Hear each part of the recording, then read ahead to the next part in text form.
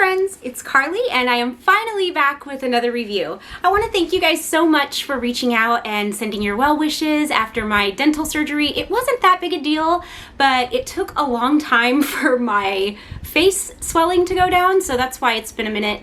And I still have a bit of a lisp, so please forgive me, but I couldn't wait any longer to do a video. Again, thank you guys so much for being concerned and for reaching out.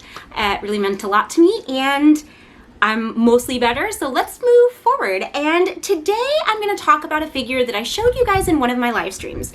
This is more of a discussion. It's a little bit of a review and it's a little bit of a discussion. So bear with me. I hope you guys like it. I've been wanting to talk about these for a little while. Today we're going to be looking at the McFarlane Batman Who Laughs series.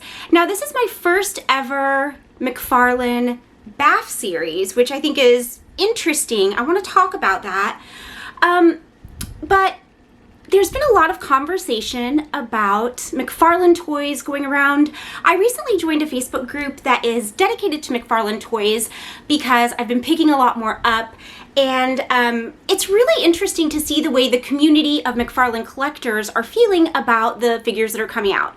So I'm kind of going to talk about a lot of things. We'll still look at these figures really closely and sort of examine how I feel about them, and then we're also going to look at the BAF and talk about that. So let's dive in, because this is probably going to be a long one. I'm bound to be a little overzealous since I've been away for so long. So the first things first, when I picked up these figures, these three figures in the series are the Batman Who Laughs, Barbara Gordon, and Dick Grayson, and of course I wanted to read the book. So I picked up the Batman Who Laughs, and you know, as someone who is a big reader in general, not just comics, I have a degree in English, I've always loved to read, and writing stories is sort of a hobby of mine, and just looking at story structure. This was really, really difficult. So I'm not going to get super deep into why I was unable to finish this book, but primarily the buy-in is super off the wall. So right off the bat, what's happening in the story is incredibly convoluted. There are a couple of major buy-ins that just are not given enough background for me to accept. There's some supernatural things going on, and I'm okay with that, but in addition to some bizarre just sort of over-the-top type conspiracy sort of things, like, this is a very, very strange story with, you know, right off the bat, you're expected to buy into some really weird stuff. So I'm sad to say that I couldn't finish it.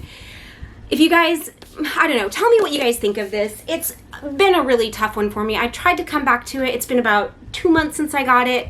It's just not going to happen for me. But what I will say is that the artwork and the design in this book is incredible. And that is why I think McFarlane picked these up and why they make such excellent action figures. So the figures, as I said, that come in this series are the Batman Who Laughs himself. And he comes with a sickle and like a machete. It's sort of a cleaver, I guess. He's got this incredible vinyl overcoat. The accessories on these figures are very practical. And as you can see, they sit in his hands really well. The paintwork is absolutely beautiful. You know, his mask is obviously a highlight feature, and it's captured really, really well. And we'll look at articulation in just a second. Barbara Gordon, Batgirl, is one that I was particularly interested in because if you guys look back at my Wonder Woman reviews, those are the only female figures by McFarlane that I have so far, and they were a struggle for me. So while I loved the way that they sort of looked, there were some weird design problems. The legs were a little bit strange, some of the colors were a little bit strange.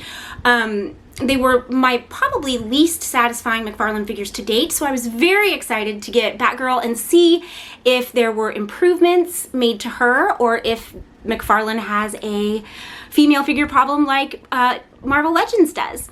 So she comes with a gold batarang, and she comes with this like grappling hook gun, which, you know, I had it in her hand. She can hold it, but having it like already sort of like propelled out like this, it's not the most practical for display, or at least to have her holding it while I'm doing this video.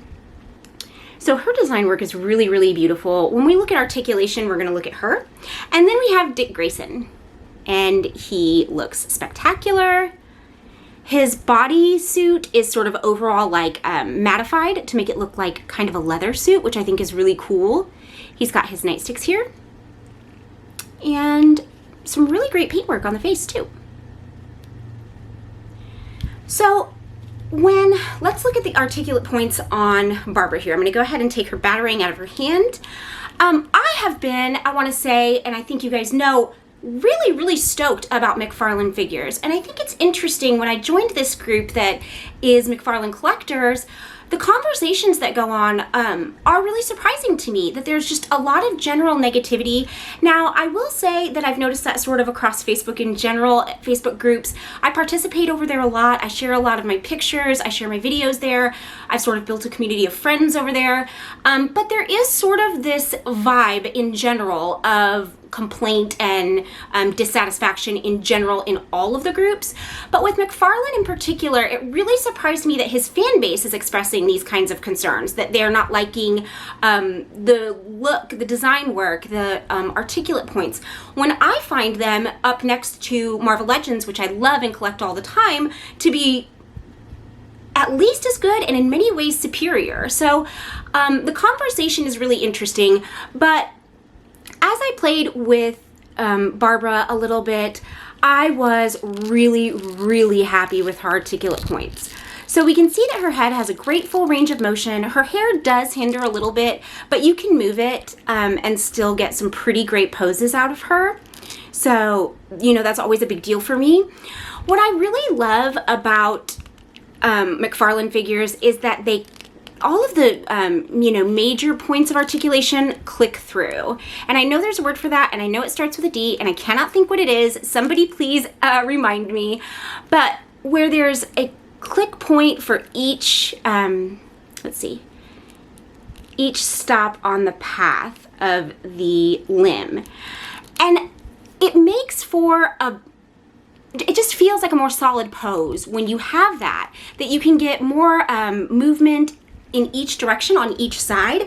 I just really like that in the shoulders and the hips. And you know that on Marvel Legends, we are not getting a full side split, and a lot of times we're not getting a great lateral lift in the arms either. So for me already, as a female figure, this is better than what I'm used to seeing. Then we have, so her cape makes it a little bit difficult to look at some of these, but she has a turn in the bicep, which we never get at Marvel Legends. And if you look at her bicep, now I have speculated in the past that this was because of the size. This is a 7-inch figure, which is a complaint that a lot of people have about McFarlane, is that they're off. But if giving this figure an inch, the arm is not that much bigger than a typical female figure in the Marvel Legends line. And we can get, let's look at Scarlet here, because Scarlet does not have a turning bicep. So let's just look at the size of the arms here for comparison. They're about the same. And we get a turning bicep here that works really well. Now, I know that wasn't Marvel Legends, but it was Hasbro. So it just, again, I just don't know why they're not doing it. It seems that McFarlane really has ironed out excellent articulation. We've got a really great working elbow. And then the wrist has a full range of motion. It turns, it bends, it flexes in every direction. So the arms, head, and shoulders are, bar none, head and shoulders above what I'm used to seeing. Then we also have on Barbara, I think, just a turning torso. So she does not have a turning waist, and we're not getting a really great bend here. And that's something that we see in, smaller framed female figures all the time. Even recently in the Black Series 40th anniversary, Luke Skywalker and Yoda, which I can take a look at if you guys are interested. Let me know in the comments below. That Luke was very small framed and he did not have a waist. So that's something that just happens with small frame figures. I'm not 100% sure why. It doesn't seem like adding a turning joint here should be that big a deal. but that just seems to be the case. So this is not the best working torso for me personally. She's not getting a great lean back, she's not getting a great bow forward, and we're not getting a great turn to the right or the left. Without having a working waist below that, that's problematic for me. But then we're back to the hips, which are great. She does not have a turn in the upper thigh here, which is a little bit strange, but the range of motion in the hip is really good. So you can kind of correct for that there. She's got great knees that bend all the way up. And McFarlane does a really great job with feet and ankles. So there's a ball joint here that turns in every direction. It's kind of hard to see with yellow. And then they always have the flexing toe as well, which, you know, you don't need it to flex that much, but I like that because it really allows for some great dynamic poses. So for me, these are the points of articulation that we're seeing on these three figures. And especially when looking at a female figure, which, you know, just for whatever reason, they tend not to be as articulate, I am super, super happy with this bar brush. She looks absolutely gorgeous. I love the paintwork and the design. I'm always so happy with the dry brushing and texturing that McFarlane does. This is a stunning figure and she works really, really well. So I'm super, super happy about that. Now, we can go ahead and look at Dick here. He has, you know, he's sort of a mid-framed character. He's not meant to be super big or super small. He's just sort of average. And he does have a bending torso. It's not great, but better than Barbara's forward and back.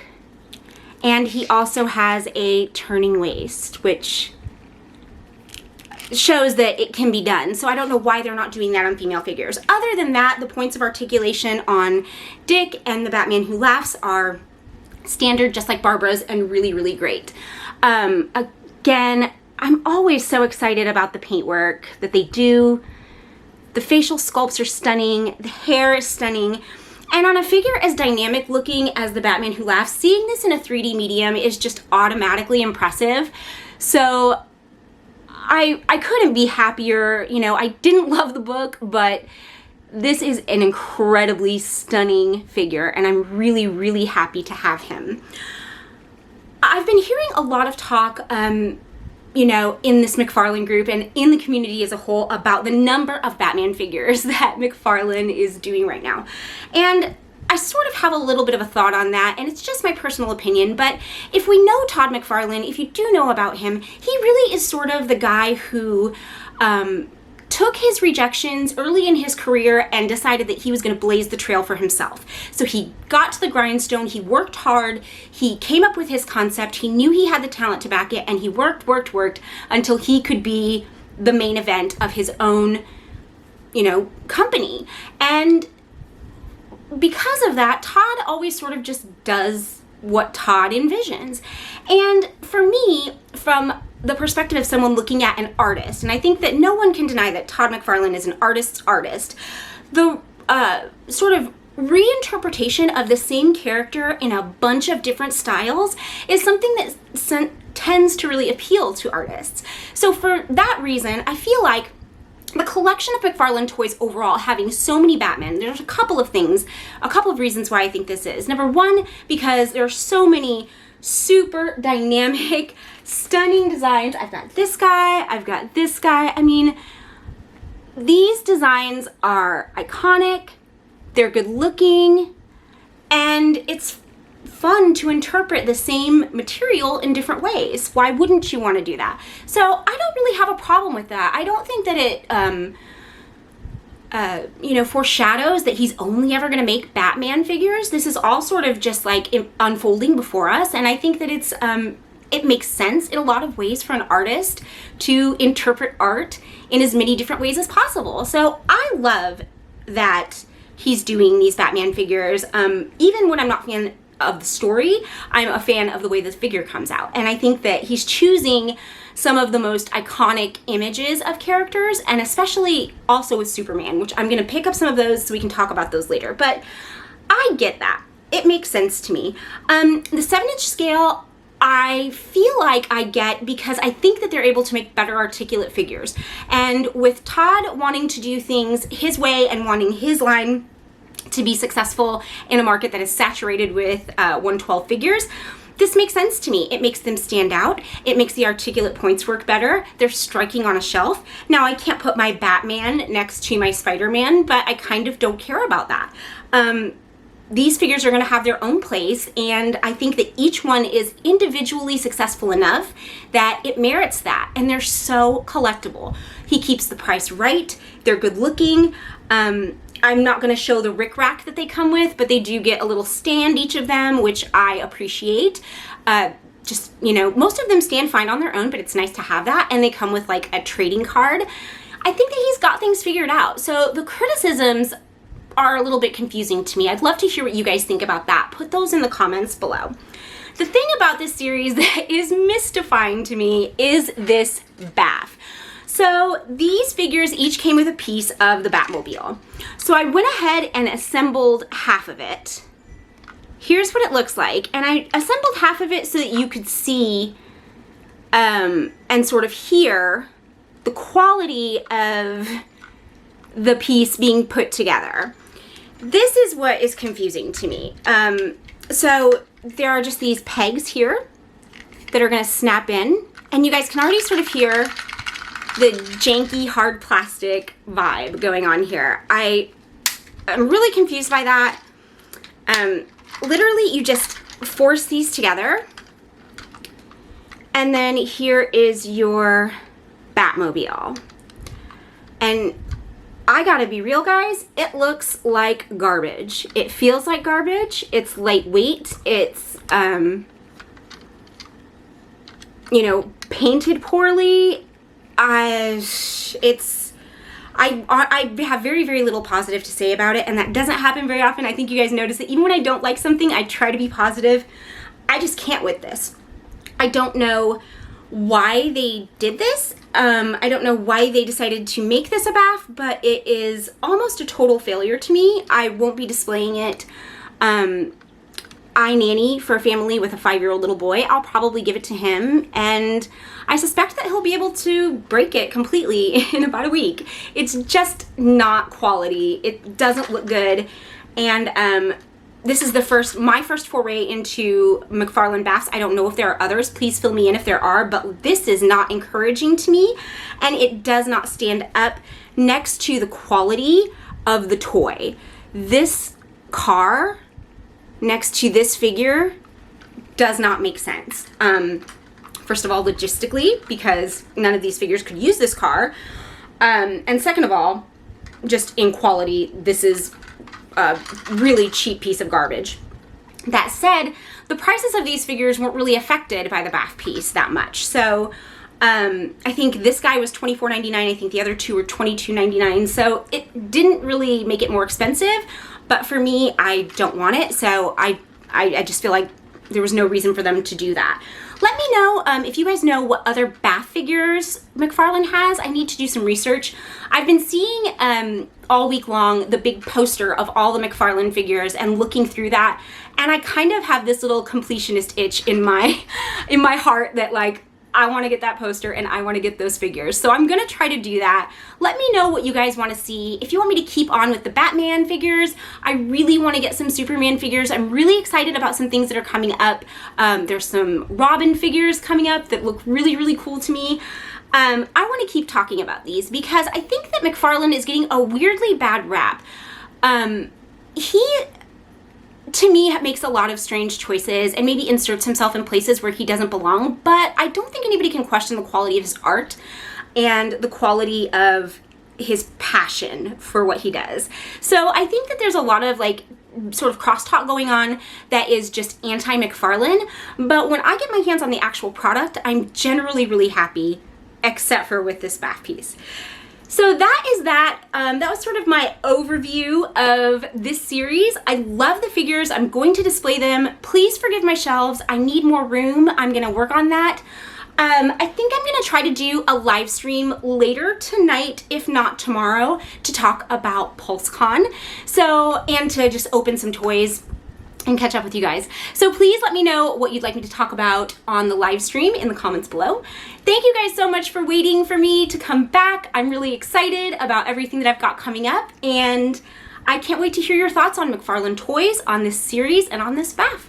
Thank you guys so much for watching, and I'll be back soon with another one. Bye, friends.